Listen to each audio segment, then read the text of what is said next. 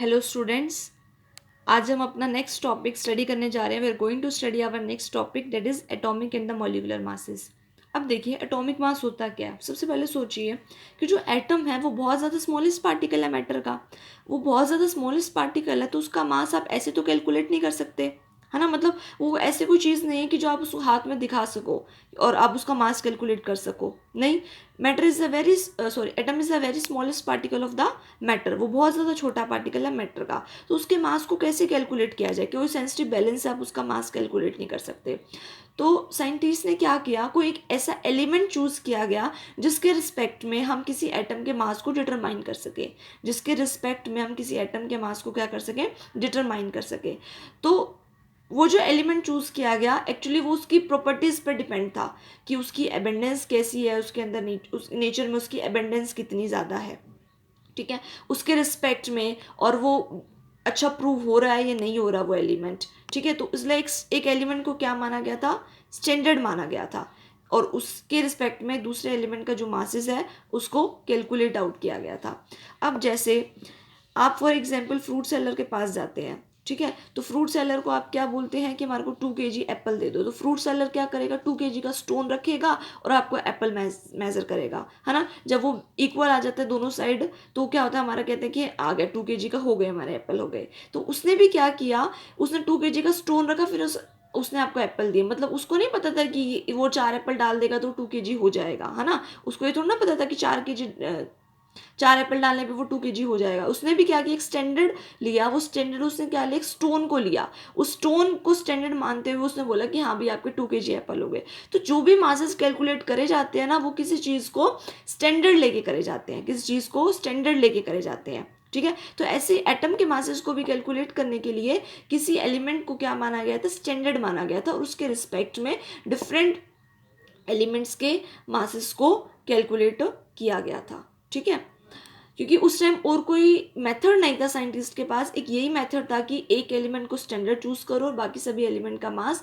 उसके रिस्पेक्ट में मेजर करो. तो पहले हाइड्रोजन को लिया गया, फिर ऑक्सीजन को लिया गया. फाइनली जो प्रॉपर एलिमेंट उन्होंने डिस्कवर किया वो कार्बन डिस्कवर किया. कार्बन 12 मतलब जिसका मास उन्होंने 12 लिया.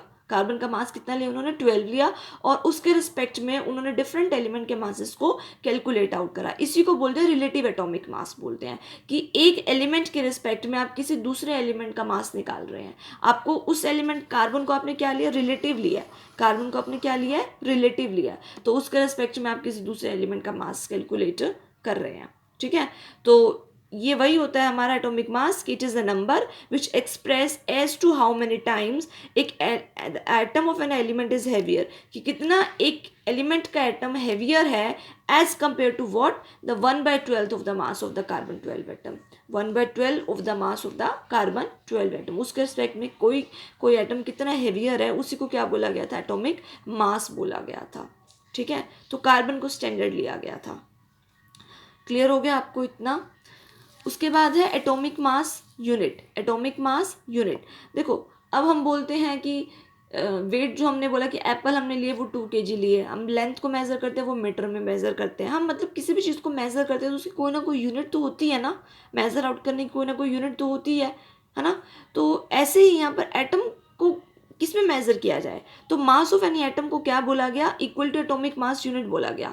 मास ऑफ एनी एटम को क्या बोला गया, equal to atomic mass unit बोला गया. ठीक है, तो मास ऑफ कार्बन 12 एटम किसके इक्वल हुआ, 12 AMU के इक्वल हुआ. किसी एटम के मास को वो AMU में मेजर करना है ना, कि उसकी यूनिट क्या है, AMU. AMU is atomic mass unit. तो कार्बन 12 एटम का मास क्या हुआ, 12 AMU हुआ. क्या हुआ, 12 AMU हुआ. अब ये 12 AMU कैसे आया, देखो हमारे पास क्या है, कार्बन.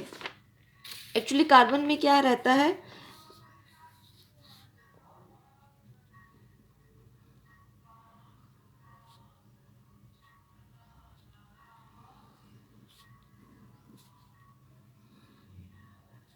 एटम का जो स्ट्रक्चर होता है उसमें सेंटर में क्या होता है, nucleus.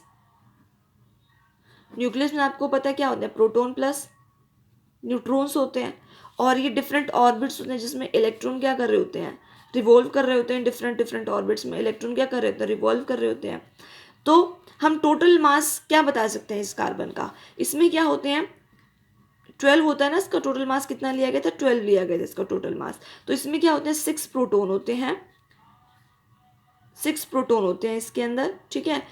Number of the proton किसके इक्वल होते हैं, नंबर ऑफ इलेक्ट्रॉन के। तो 6 प्रोटॉन है तो कितने इलेक्ट्रॉन हुए, 6 इलेक्ट्रॉन हुए, और प्लस इसके पास क्या होते हैं, 6 न्यूट्रॉन्स। क्या होते हैं इसके पास, 6 न्यूट्रॉन्स होते हैं। 6 प्रोटॉन होते हैं इसके पास, 6 न्यूट्रॉन्स होते हैं इसके पास, और 6 क्या होते हैं, इलेक्ट्रॉन्स होते हैं इसके पास। क्लियर। अब देखो तो इसका मास किसके इक्वल होगा, मास ऑफ द 6 प्रोटॉन्स के, mass of 6 proton plus mass of 6 neutrons plus mass of 6 electron. But electron का जो मास होता है ना वो बहुत ज़्यादा कम होता है, अराउंड 9.1 इंटू 10 की पावर माइनस 27 ग्राम होता है, बहुत ज़्यादा कम होता है ये मास। तो इसलिए ये नहीं लिया गया था, इलेक्ट्रॉन का मास बहुत ज़्यादा कम होने की वजह से इसको नहीं लिया गया था, ठीक है। तो इसलिए हम क्या करते हैं, इलेक्ट्रॉन के मास को नेग्लिजिबल लेते हैं, इलेक्ट्रॉन मास नेग्लिजिबल काउंट करते हैं। क्या काउंट करते हैं, नेग्लिजिबल काउंट करते हैं। तो 6 प्रोटॉन का मास, 6 है ना प्रोटॉन, एक प्रोटॉन और न्यूट्रॉन का मास सेम होता है, प्रोटॉन और न्यूट्रॉन का मास सेम होता है 1.67 10 की पावर माइनस 24 ग्राम। क्लियर। तो क्या हो जाएगा, 6 इंटू 1.67 इंटू 10 की पावर माइनस 24 प्लस 6 न्यूट्रॉन है तो 6 इंटू 1.67 इंटू 10 की पावर माइनस 24, वो किसके इक्वल आ जाएगा, 12 इंटू 1.67 इंटू 10 की पावर माइनस 24 के इक्वल आ जाएगा, यस और नो, ग्राम। अब देखो इसी को क्या बोला गया ना, 1.67 इंटू 10 की पावर माइनस 24 ग्राम को पता उन्होंने क्या बोला, AMU बोला। क्या बोला इसे, AMU बोला। तो मास किसके इक्वल आ गया, कार्बन का, मास ऑफ कार्बन किसके इक्वल आ गया, 12 AMU। किसके इक्वल आ गया, 12 AMU। क्लियर आपको कि कार्बन का जो एटम है उसमें 6 proton, 6 neutron, 6 electrons, but electrons का mass is very less, 9.1 into 10 की पावर माइनस 27। तो इसको नेग्लिजिबल काउंट किया गया। क्या काउंट किया गया, इसको नेग्लिजिबल काउंट किया गया, ठीक है। तो इसलिए जो मास है वो 6 प्रोटॉन 6 न्यूट्रॉन के इक्वल हुआ। अब प्रोटॉन और न्यूट्रॉन का मास 6 इक्वल होता है 1.67 10 की पावर माइनस 24 ग्राम। तो आप यहाँ पुट कर दो 6 इंटू 1.67 10 की power minus 24 gram plus 6 into 1.67 10 की power minus 24 gram, that will be equals to 12 into 1.67 10 की पावर माइनस 24 ग्राम। अब इसी को उन्होंने क्या बोला, AMU। इसी को उन्होंने क्या बोला, AMU बोला। तो मास ऑफ द कार्बन किसके इक्वल आ गया, 12 AMU। किसके इक्वल आ गया, 12, मतलब 1 AMU की वैल्यू किसके इक्वल है, 1.67 10 की पावर माइनस 24 ग्राम। किसके इक्वल है, 1.67 इंटू 10 की पावर माइनस 24 ग्राम के इक्वल है 1 AMU की वैल्यू, ठीक है। यहाँ पे मैंने यही लिखा, देखो मास ऑफ एनी एटम को किस में मेजर कर रहे हैं, AMU में मेजर कर रहे हैं, और मास ऑफ द कार्बन 12 एटम किसके इक्वल होगा, 12 AMU के इक्वल होगा। तो यहाँ से 1 AMU क्या हो जाएगा, बताओ 1 AMU क्या हो जाएगा, ये 12 नीचे डिवाइड में चला जाएगा, यस और नो। तो 1 AMU किसके इक्वल हो जाता है, मास ऑफ द कार्बन 12 बाई में 12, मास ऑफ द कार्बन 12 बाई में 12। और AMU को भी मैंने आपको बताया, A1 AMU किसको बोलते हैं, 1.67 इंटू 10 की पावर माइनस 24 ग्राम को, 1.67 इंटू 10 की पावर माइनस 24 ग्राम को क्या बोलते हैं, 1 AMU बोलते हैं। क्लियर हो गया आपको, ठीक है। अब उसके बाद यहीं से मोल कंसेप्ट भी यहीं से निकला था, मोल कंसेप्ट भी यहीं से आया था, ठीक है। हमारा यहाँ से किसके इक्वल आ गया, मास ऑफ कार्बन 12 किसके इक्वल आ गया, 12 इंटू 1.67 10 की पावर माइनस 24 ग्राम।